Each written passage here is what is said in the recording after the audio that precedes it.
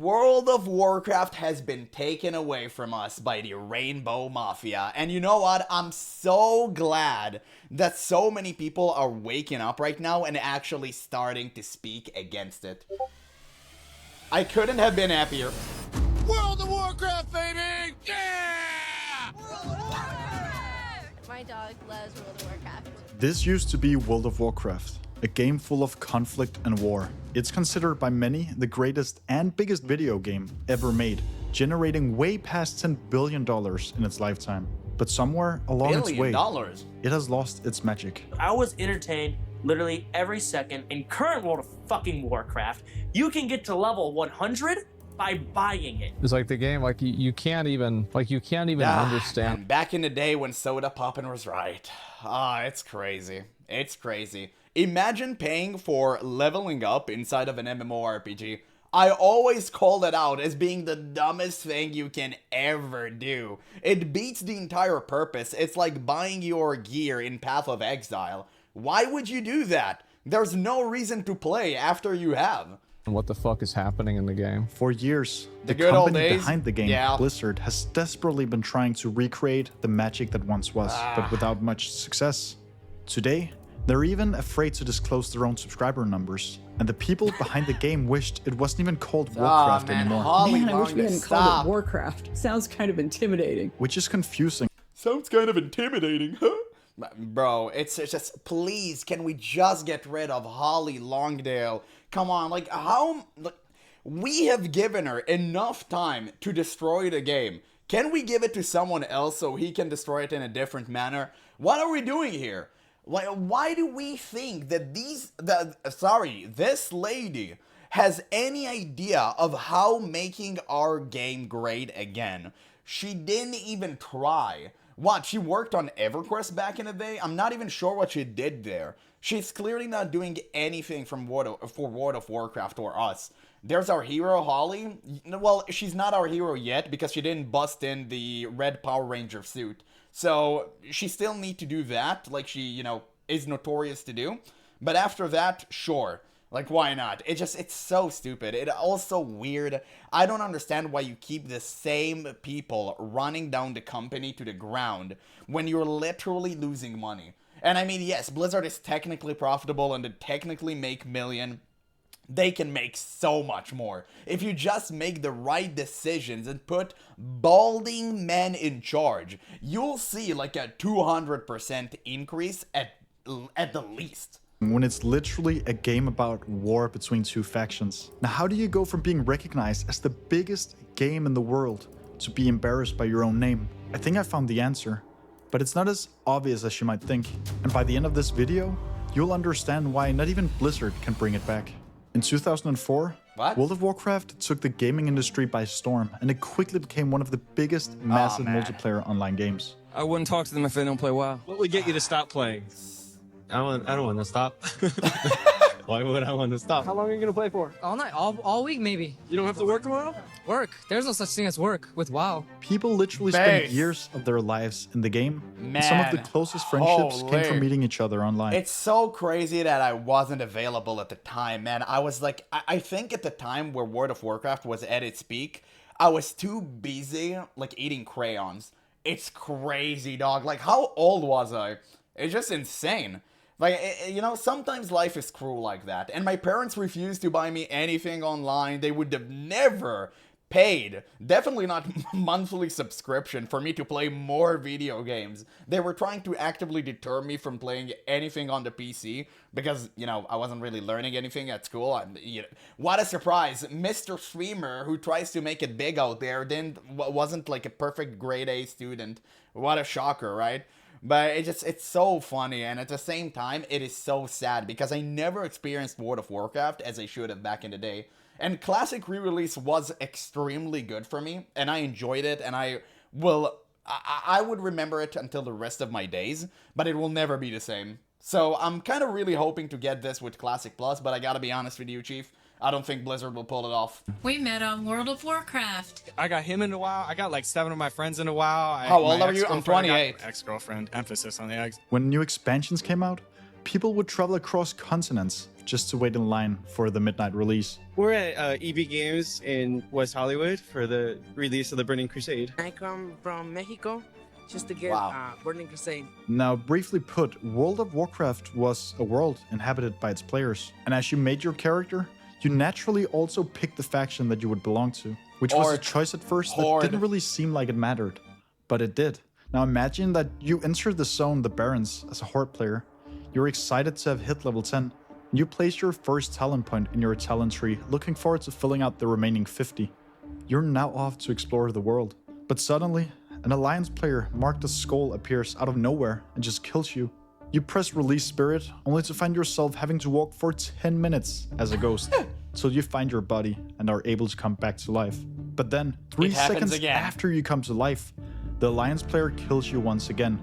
You see, he gets his joy out of making your life miserable, which is why he's been waiting for you for all 10 minutes. And this is average Alliance player behavior. Would have never been made if this was a Horde player. He would have just killed you, and then he would have called another friend to kill you. He would just keep on finding other people to farm. That's how it works in the Horde. We respect each other. We do honorable kills here. Exactly where the magic of World of Warcraft happens. Because nothing builds a stronger bond between players than sharing a common enemy. You start to ask for help from other Horde players in the zone-wide chat. And together, you defeat that Alliance. Horde kill in Red Ridge all the time? Someone ban that guy. Now from this day onwards, you're a Horde player for life, officially at war with the Alliance. I'm looking for World PvP because I hate Horde, so I kill Horde when I see Horde. Do you guys play together? No, we play different servers. Oh. He's Horde, I'm Alliance. Oh, that's like severed bedroom. What Wait the until she hell? levels up so I can kill her. It became Base! a cult-like Holy movement. shit, Like the amount of Base. people who walk up to me and show me their Horde tattoo. Yeah, that's my tattoo. The Alliance. Alliance. Why the bald dude is on the Horde side and the rest of the people with hair are on the Alliance? Are we sensing a pattern here or something? Horde. Come on, man. Even commercials were centered around the two factions at war.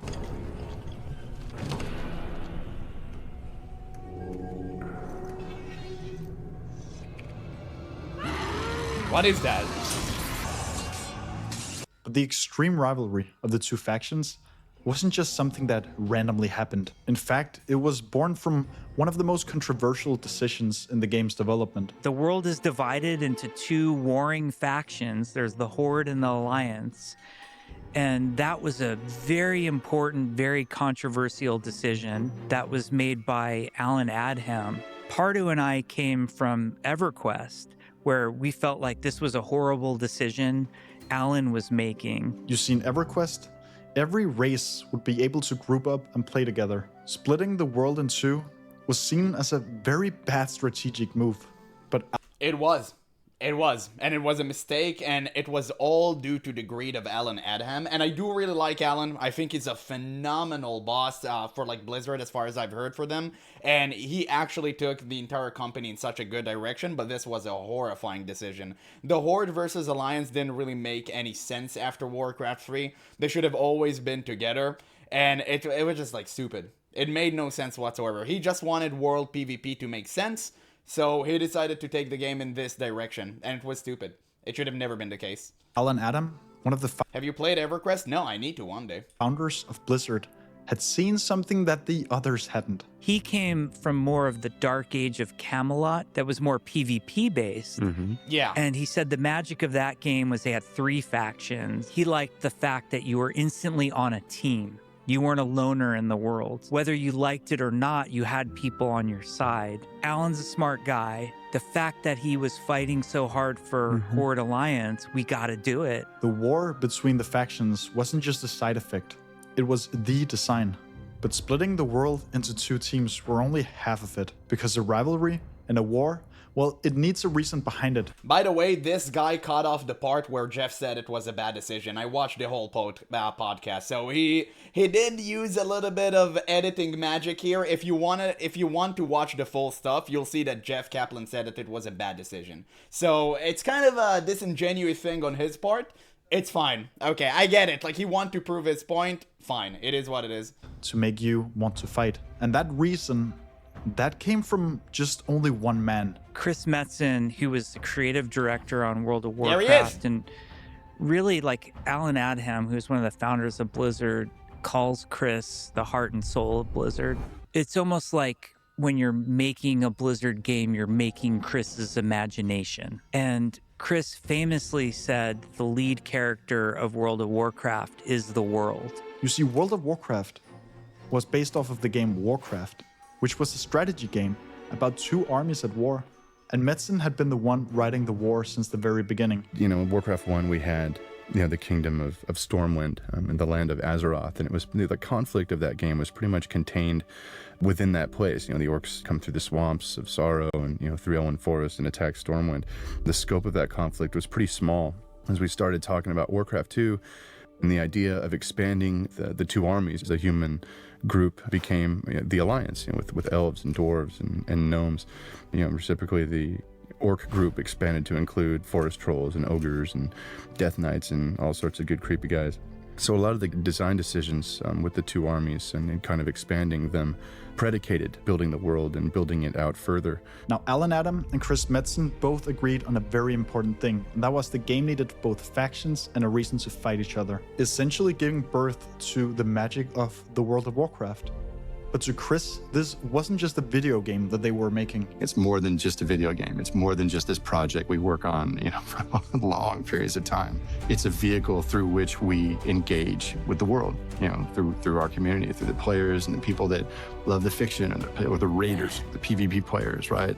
All sorts of different types of WoW player out there, but we're all kind of united by this space. And the passion that the players would feel from Chris Metzen building these stories so passionately to bring us together is essentially what made World of Warcraft such a big game for years. But Blizzard's biggest success of a video game would soon get in very big trouble. When you attract millions upon millions of players interested in paying a subscription fee, well, you also attract someone else. And someone else was knocking on Blizzard's door. Meet Bobby Kotick, a hardcore American businessman who had... There he is! The face of corporate greed manifest. My God. Guys, how many yachts Bobby has now? I lost count. Is it like 13 or something? Like, what is that? Been at the steering wheel for Activision since the 90s.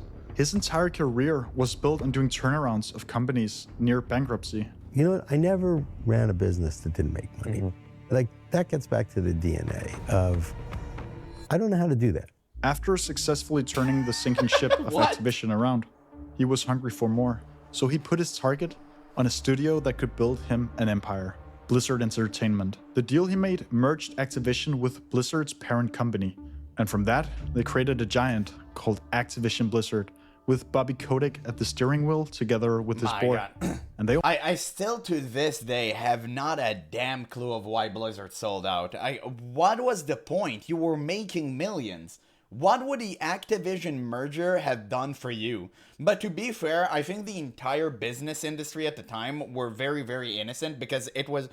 gaming industry was very, very... it was very inexperienced because they weren't businessmen. They were gamers. Mike Morhaime was a gamer.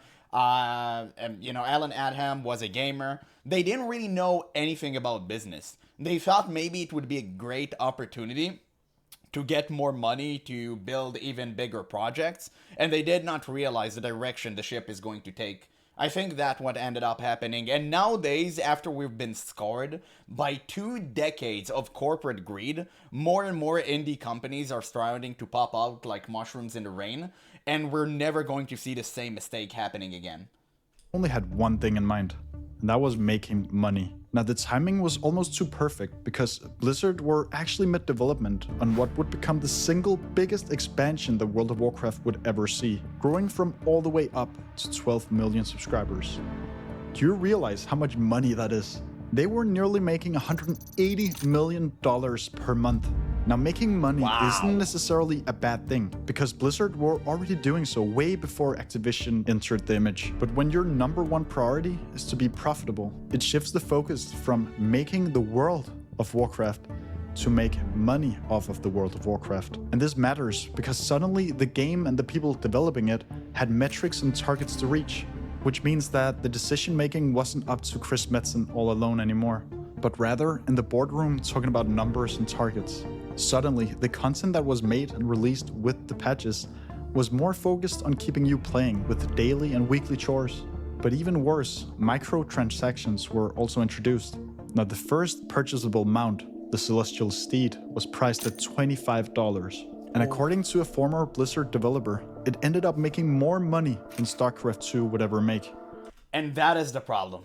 That right there is the problem, because you really cannot blame the big companies who push this when we as the consumers actually engage in that. If this mount would have came out and made $0, do you think Blizzard would have done this again? Of course not. But the reason they're constantly doing this is because the return on investment is so massive. Creating this mount or any other mount that Blizzard pushes out today takes them probably like, what, a week of work at best, and possibly by one person too. And the amount of dollars they make off of it is well worth the effort. That's why they don't care. That's why whatever we shout from the mountaintops that we don't want another store mount, we don't want another monkey dressed in a baby suit or some sort of a furry, scaly, weird cringe mount or transmog like a Murloc onesie, they don't care because people actually buy it. I remember the entire Long Boy drama with Asmongold back in the day. I'm this old to know that the entire WoW community nowadays is just stupid. They purchase everything, they want to flex that they have money, and they're like, oh, look at my $50 mount. Like, homie, you're pathetic. Blizzard literally had to disable the /spit emote to protect Boglomites such as you. It's so laughable. Yeah, that was a lie though from Pirate Software. What was a lie from Pirate Software? That the mount made more money than StarCraft? Listen, it may or may not be true, but I can confirm that the first OG microtransaction from Bethesda did made more money than like anything pretty much else. Like, and this is confirmed. It was like crazy amounts of money. Oh, that he had no mana. Oh no, this is the other conspiracy theory. Think about that for a second. Bobby Kotick and Activision were really good at making money and And by the way, even if it's like not true and it didn't make more money than StarCraft, like the return on investment, like I said earlier, is insane. Because creating these lame mounts take no effort whatsoever. If you know what you're doing, it's so laughably easy to create such a mount, and to sell it for $25, even if 100 people are buying it, you're still making money. But they weren't the only ones who had noticed how much money that World of Warcraft was printing. The entire gaming industry wanted a piece of the pie. One by one, new MMOs started appearing. that was Guild Star Wars. Wars: The Old Republic, at the time one of the most expensive video games ever made. Warhammer Online, Rift, Wildstar, and even Final Fantasy. Every time one of them was released, Keep in mind that 70% of these games are dead. the press and some of the player base would hype it up to be a potential WoW killer. But essentially, nothing could recreate the magic of World of Warcraft. Star Wars lost so many subscribers, it went free. Rift is the only game who actually managed to make me think I'm playing old World of Warcraft. The problem with Rift is that it came out during the peak of World of Warcraft. If it didn't came out in Wrath of the Lich King, Rift would have been a much more successful video game. I'd go as far as to say that if Rift came out today, it would have made some serious waves. The problem is, they went against the Juggernaut when it was at its peak. So you couldn't have taken them down. Obviously, WoW was just too damn big. To play within a year. Wildstar got shut down, and Final Fantasy, it never really took off. Well, until later, but I'll get back to that. No WoW killers actually killed the game, and it was dominating its competition, essentially crowning it the king of the MMO genre. But as Chris Metzen wrote in his own story arc, no king rules forever, my son. As Blizzard had just peaked in its subscribers with the conclusion of its storyline of Wrath of the Lich King, something was about to go terribly wrong. You see, changing the focus from creating a world to milking it will never go unnoticed by your own player base. And the players, well, they just wanted the magic back. Have you ever thought about adding servers for previous expansions as they were Say it. then? Say it.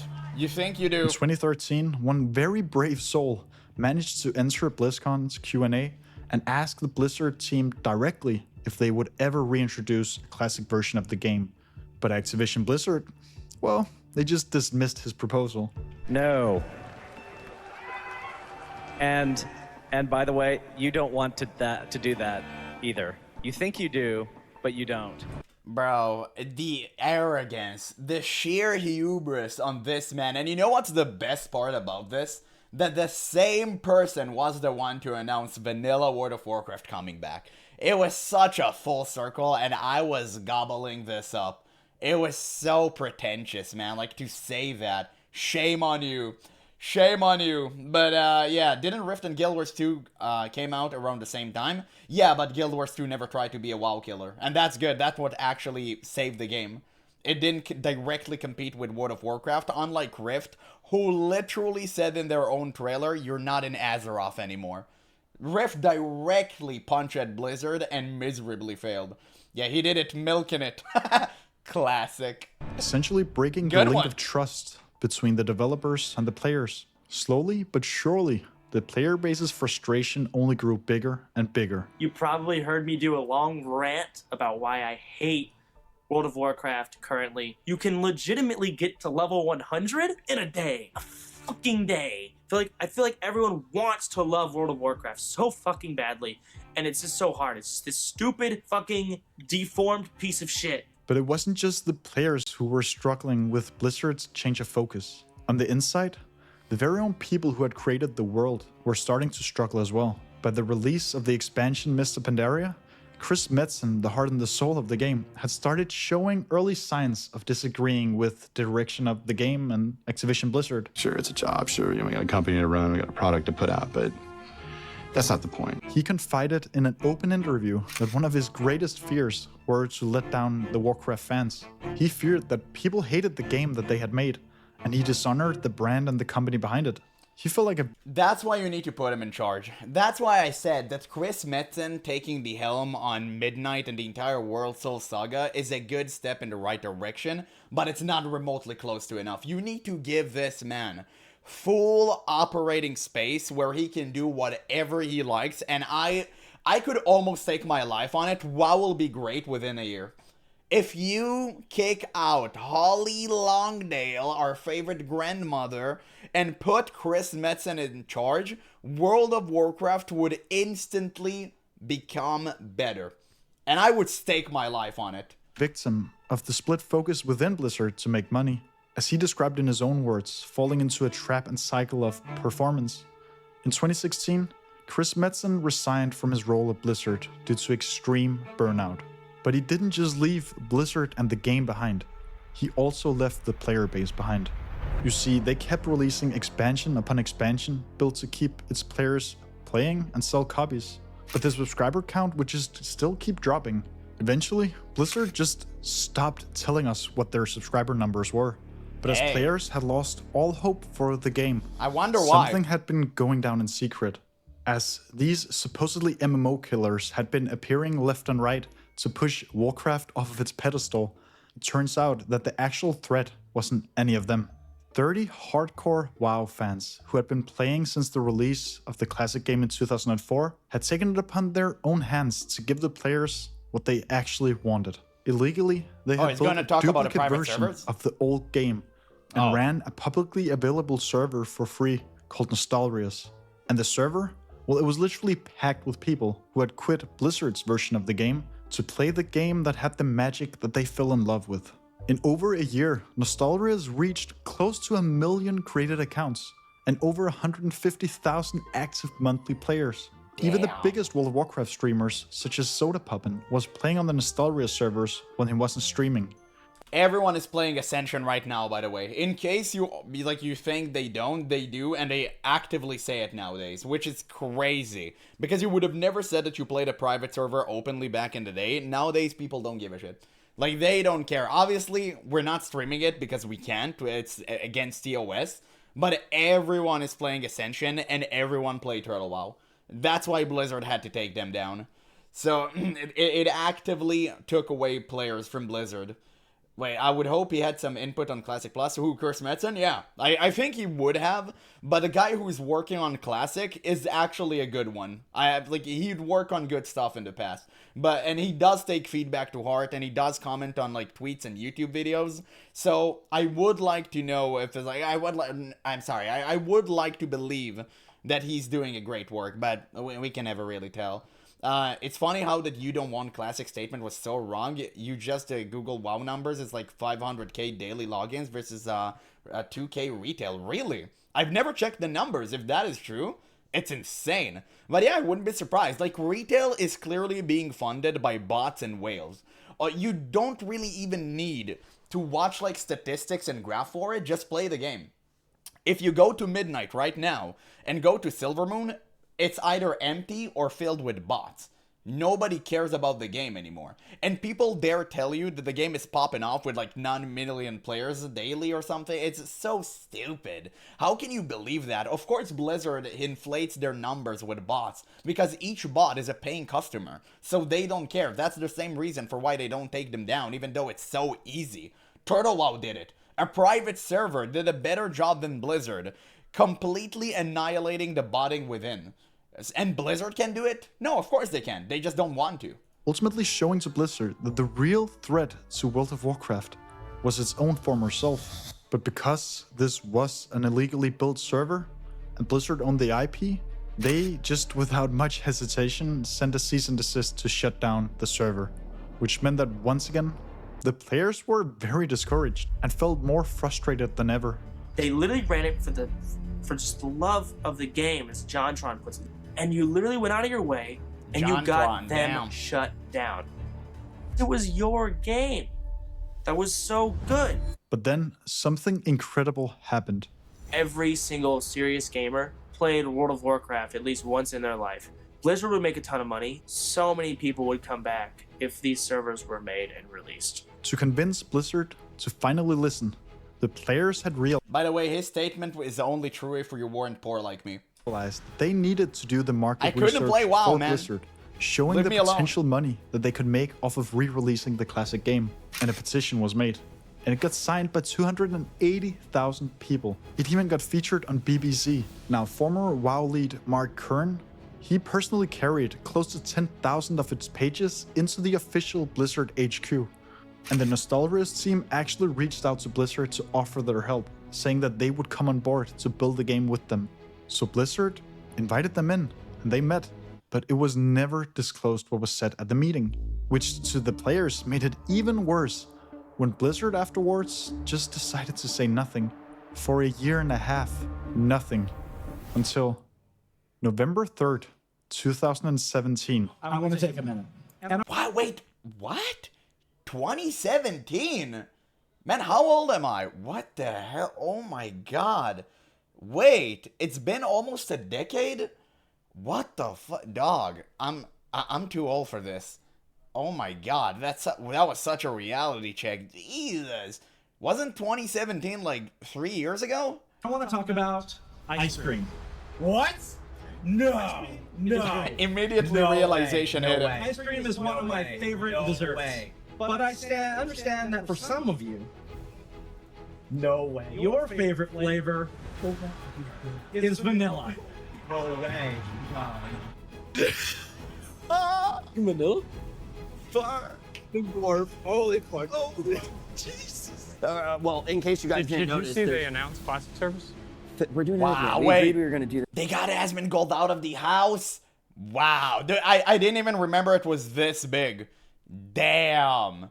That's crazy. They actually got him out of the lair. Man, I bet the entire ozone layer was so scared at that time. At the end. I just want to make sure you knew. I could not believe that it would be announced. So I just watched the announcements. Dude, I lost it. Oh, I started tearing up. J. Allen Brack, the very same guy who had gone out on stage to say that they would never release Classic and that we as the player base think we want it, but we don't. He went out on stage again at BlizzCon to reveal that World of Warcraft Classic was finally being re-released. And the community went crazy for it. As it was released, streamers flocked to play WoW, and even veteran players returned to feel that same feeling they had back in 2004 playing the game.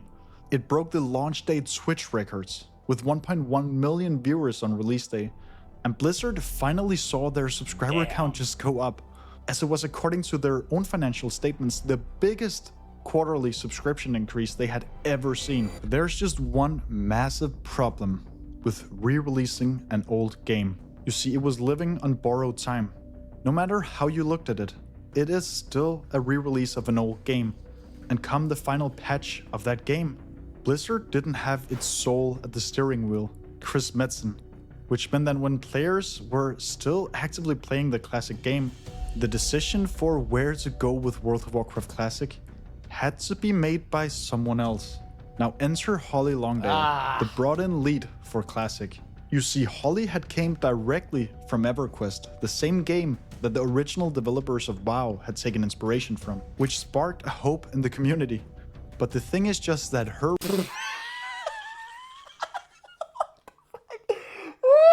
Who wrote that? Who wrote that? Just looking at her in that damn Power Ranger suit. This gives you hope. What? Homie, you're tripping balls. That's crazy.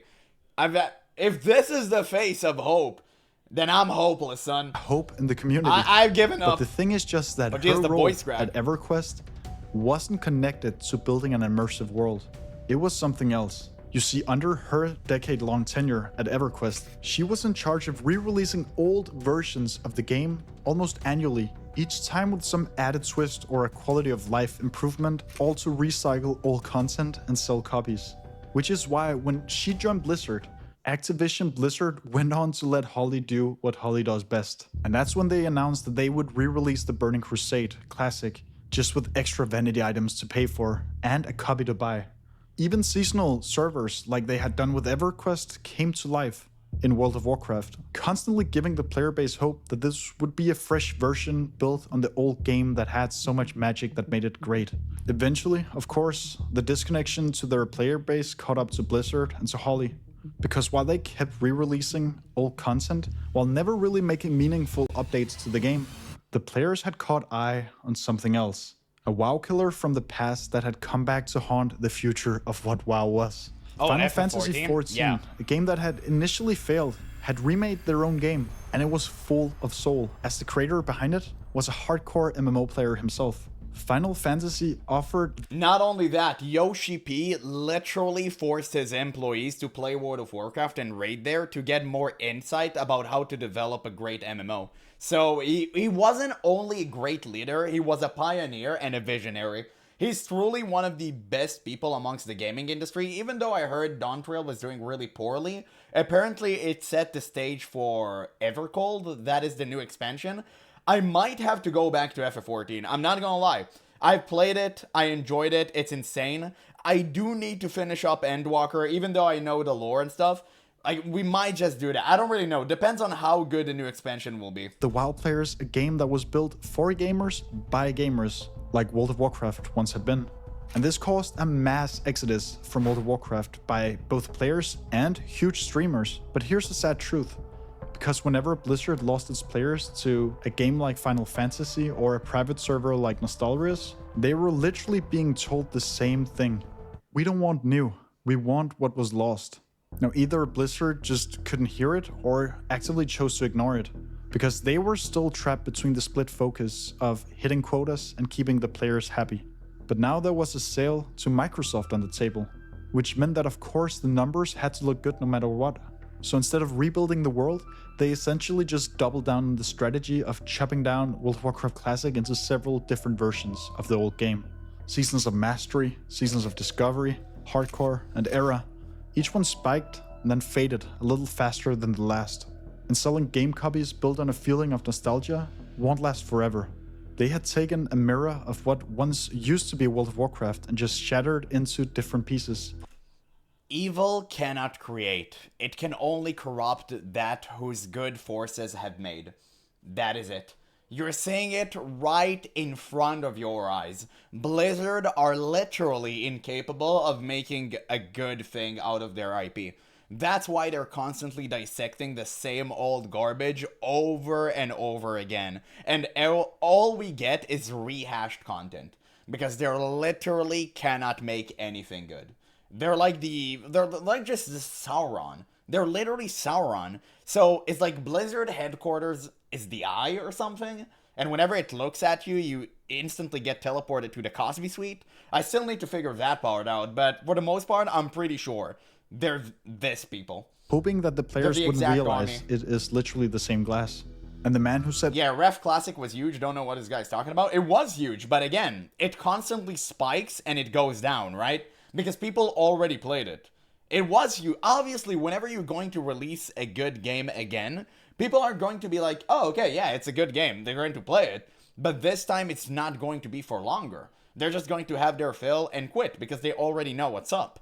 It's not about that not spiking. It's spiking and then it's constantly go down. You want the video game, realistically, to spike and then slowly and methodically degrade over time. That's the natural cycle of video game. But unfortunately, every single quarterly update need to be met with some huge numbers. And that's why whenever they're close to their quarterly update, they release a new game or a new patch because they want to make it seem to the shareholders like the game is popping off. But it's in reality, it's all ephemeral. All of this in motion, well, he didn't really have to watch it break, because Microsoft bought the company, and Bobby Kotick just sailed off with a fortune, while the entire industry applauded him for turning World of Warcraft into a machine that just printed money. But with the supposedly villain... Who's everyone? Like the 5 shareholder? Like, bro, no. Like, what are we talking about here? Nobody was happy with this guy. Everyone were happy that he went away, true. But at the same time, like, Bobby was actually really, really beloved by the shareholders. He was really beloved by them, and he escaped on a golden parachute. And you know what's funny? To this day, nobody really remembers the current lady who's leading World of Warcraft. He was actually replaced, and nobody knows who she is even. He's still the face of Blizzard. Unironically so. Yeah, don't make him cut off your internet again. Nah, it's okay. Surely he won't do it. Like, I was nice to him. He looked great in that suit. Finally gone. So surely the magic could come back now. I have to throw a little bit of a... And this is where something genuinely unexpected happened. Something that would surprise even the old school veteran players and those who had left to play another game. Because Blizzard had one more card up their sleeve. There may very well be a job posting up soon on the Orgrimmar Warboard. And if there is, we'll call you. Bro, like, are you really showing a free Siabi here after everything he's done? Dude legitimately had to quit the company silently because he was afraid of, like, the FBI or something. It's so funny. It's laughable, but it is what it, I don't really get the editing in this video. Also, I thought this video would talk about, like, World of Rainbows. Maybe he saved it towards the end or something? He just spoke about the entire Blizzard downfall. So... maybe I kind of had, like, false expectations. He did set me up for false expectations. Hey, there he is. Guys, I miss you. They had realized they could no longer recreate the magic that made the game so special. So they broke their in case of emergency glass and called back the heart and soul himself. Please welcome. Bro, they've beaten that case into a pulp. They didn't break it. It doesn't exist anymore. It's in tatters. Completely shattered into oblivion. How many times Blizzard pushed the red button of, oh shit, I need money now, release a classic expansion? How many times they've done that? Like, homie, we're playing TBC Anniversary. They're going to come up with different names for the same expansion each time. Like, what is going to be, like, next? TBC Revelations? What are we going to do? We're never going to stop because they're constantly going to be chat GPTing a new name for their expansions and just going to re-release them. Like, ad nauseum. It's just so revolting. My friend and the executive creative Nice suit. director of the Warcraft universe. Oh shit! Chris Metzen. They're bringing him back. What up, BlizzCon? Horde, where you at? Alliance! I never thought I would see this again. The king had returned to save his kingdom. And for Bro, imagine if he yelled Alliance and everyone were like, damn, that could have been dope. That could have been dope. Yeah, they brought Metzen back, but he lost his balls. He didn't lose anything. They were muzzling him. They keeping him on a very tight leash. His margin of, how do you say that? Like, creative freedom is extremely small. He can't do anything because most... Let me tell you how it works structurally in Blizzard Entertainment nowadays. You have developers at the very bottom, right? Working on the game. Maybe they have some ideas. Nobody really cares because they're doing grunt labor. And then you have a creative designer. Now, a creative designer is essentially God. He decides where to take the game. He decides what to do. And everything he said is like king. Now, the creative designer, I think, too, is muzzled by the higher-ups. So you can't really... You have, like, people at the bottom who do grunt work. You have creative designer who takes the game... No, I guess you have managers above the developers that kind of keeps an eye on them. And then you, like, have the creative designer who makes decision and takes the game in a certain direction. And I think that the creative designer is in cahoots with Holly Longdale, which is the VP. And everything just trickles from the top. Because Haley is getting her commands from... Haley's like Saruman. And... I guess, who's Sauron? I actually don't know. We need to figure that out. I don't think the current CEO is even involved with World of Warcraft. So she's getting her orders from Daddy Microsoft. She just takes a crystal ball and she's like, what's supposed to be the next patch for WoW? And it's like, just shows her a $sign and it's like, more money, okay. Unleash the classic. That's usually how they operate. So... You understand that everything trickles from the top to the bottom, and the people on the bottom or even in the middle has zero influence whatsoever on the game direction. That's why World of Warcraft looks the way that it does. Because Blizzard cares more about the cash up rather than the player base. They're just looking to milk you. They don't care about anything. The only thing that Blizzard reacts to is a graph that goes up like this. They don't pay attention to anything else. They don't care about criticism. That's why every single patch in retail WoW, it's the same cycle. It's Blizzard releases a new patch, it's completely busted, nobody likes it, everyone's complaining. After everyone's complaining, Blizzard releases a blue post that apologizes, says they're going to listen more, they're going to fix everything, then they slap a band-aid fix for a patch. People are like, oh, Blizzard is improving, and then Blizzard releases another broken patch again, and nothing is truly being solved. That is the cycle of the current disgruntled WoW player. The first time in many years, there were finally real hope. But it didn't take long for this whole illusion to shatter, because both the company and the game he returned to wasn't at all the same anymore. We want everybody to be able to play WoW. I just want to bring it to as many people as possible. And if you make a game for everybody, you make a game for nobody. World of Warcraft should never target every audience. No game should target every audience. Even Super Mario didn't target every audience. So what are we talking about here? Like, accessibility, it's a good thing. Sorry, accessibility is a good thing. Whenever we talk in the spectrum of, I don't know, like maybe making it more accessible to people with lower end PCs. Maybe you optimize your game in a way that may look a little bit bad, but for the sake of make sure that people can actually run it, it's fine. I think whenever we talk about accessibility in that context, it is completely acceptable and everyone's on board. Whenever we're talking about accessibility as making the game literally Fortnite so toddlers can play it, that is wrong. That's where you lose the plot. that means, you know, evolving what Warcraft means, what it is, and where it's going. We want it to be approachable. Today, both the Horde and the Alliance can easily play. Approachable means gay dragons, by the way. Together, whether that's raids, dungeons, PvP. I mean, they can even join the same guild. And with that, it's become way less about war and much more about art and aesthetics. Some players call it the Disneyfication of World of Warcraft. So how do you go from being the greatest game of all time to now not even want to stand by your name? Even with Chris Metzen, we talk about, sometimes he's like, man, I wish we hadn't called it Warcraft. Oh my god, listen, if she manages to prove that, I would subscribe for retail WoW until the rest of my days. No way he said that. No way he said that unjokingly, okay? I will not believe it. This is fake news. This is Alliance propaganda. I would not ever believe this. Yeah, Metzen is no percent in the company. He's just a writer, and nowadays everything is censored. It's not Metzen have no balls. To be honest, he's an incredible writer. He is. He's a phenomenal writer and a world builder. He's just, again, he's just being silenced. He has a very little room to operate in. It's not his fault. Yeah, they even went after the add-on community, these maniacs. Listen, the thing about add-ons in Midnight, I actually really did like the direction they took. I think all of the... listen, I'm an add-on... I'm a no add-on Andy, okay? Let's just make it clear.